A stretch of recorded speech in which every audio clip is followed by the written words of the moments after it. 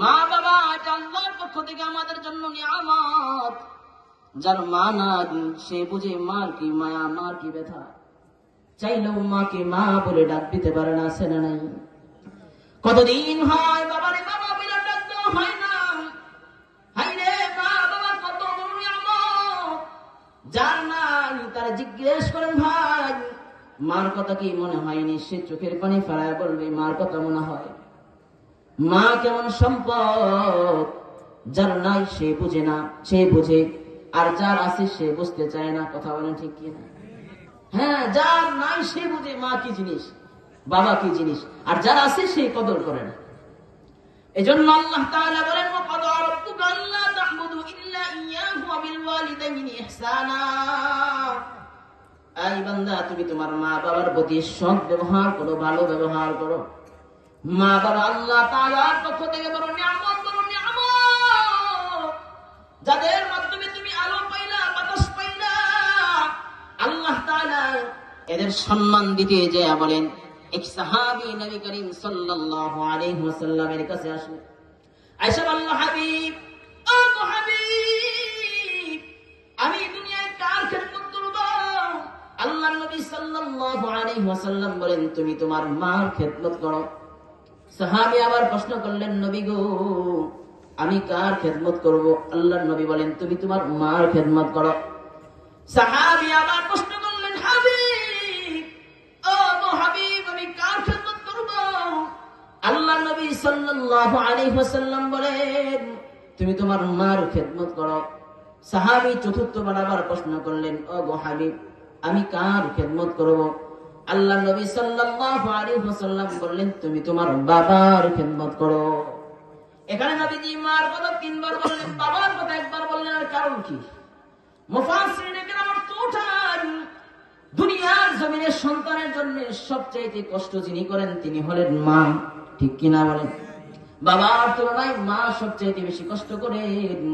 এক নাম্বার কষ্ট হলো 10 মাস 10 দিন গর্ভধারণ করেন মা। ঠিক কিনা বলেন? 10 মাস 10 দিন গর্ভধারণ করেন মা। এজন্য আল্লাহর নবী সাল্লাল্লাহু আলাইহি ওয়াসাল্লাম মার কথা একবার বলছেন। দ্বিতীয়বার মার কথা বলার কারণ হলো, সন্তান যখন দুনিয়ার জমিনে আসে, ভূমিষ্ঠ হয়, যে প্রসব ব্যথা অনুভব হয়, এটা শুধু মাই বোঝে। কথা বলেন ঠিক কিনা?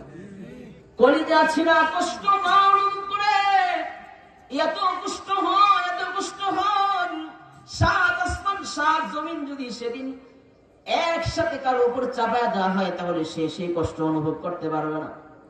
এত পরিমাণে কষ্ট মার হয়। এই প্রসব বেদনা যন্ত্রণা একমাত্র মাই অনুভব করে। কথা বলেন ঠিক কিনা? নবী 2 বার মার হুকুম দিয়েছেন, মার খেদমতের কথা বলছেন। এই জন্য তৃতীয়বার মার কথা এই জন্য বলছেন, কারণ সন্তানকে 2 বছর মার নিজের স্তনের দুধ খাওয়ান। এই দুধ খাওয়ানো, সন্তানকে লালন পালন করার কষ্ট একমাত্র মাই বুঝে, দুনিয়ার কোন বাবা বোঝে না। কথা বলেন ঠিক কিনা? মা তো এমন এক সম্পদ, মা তো এমন এক সম্পদ। সন্তান যখন শীতের রশ্মিতে বিছানার মধ্যে পেশাব করে দেয়, সন্তান যখন বিছানার মধ্যে পেশাব করে দেয়, মা তো এমন এক মা, সন্তানকে শুকনা জায়গায় ঘুম পাড়ায়া মা নিজে ভিজা জায়গায় ঘুমায়। কথা বলেন ঠিক কিনা? জোরে কেরা বলেন ঠিক কিনা? এরপরও বাবাকে জাগায় না। সন্তান রাতের বেলা চিৎকার করে, কান্নাকাটি করে মা সামলায়, বাবা সামলায় না। ঠিক কিনা? আমরা তো এমন, একটু কান্নার আওয়াজ শুনলে জিদ্দে ধমক দিয়া ধরি। কথা বলে ঠিক কিনা? এটা হলো বাবাদের স্বভাব চরিত্র। ঠিক কিনা বলেন? জোরে কিরকম? মনে হয় যেমন কেউ দেন নাই ঝাড়ি। ঠিক না? এমন অবস্থা মনে হয় যে আপনারা কেউ ঝাড়ি দেন নাই। দিছেননি? বলেন দিছেননি? বিরক্ত লাগে না? সন্তান যখন একটু উল্টা পাল্টা করে এমন বিরক্ত লাগে। মাঝে মাঝে এমন বলে, তোমার সন্তান তুমি সামলাও। এমন কথা বলে কিনা বলে? মা কিন্তু বিরক্ত হয় না। মা ঠিকই তার সন্তানকে আগলায় আনে। এটার নামে কি? মা, এটার নামই মা। এই জন্য নবী করিম সাল্লাল্লাহু আলাইহি ওয়াসাল্লাম মার কথা 3 বার বলছেন, বাবার কথা 1 বার বলছেন।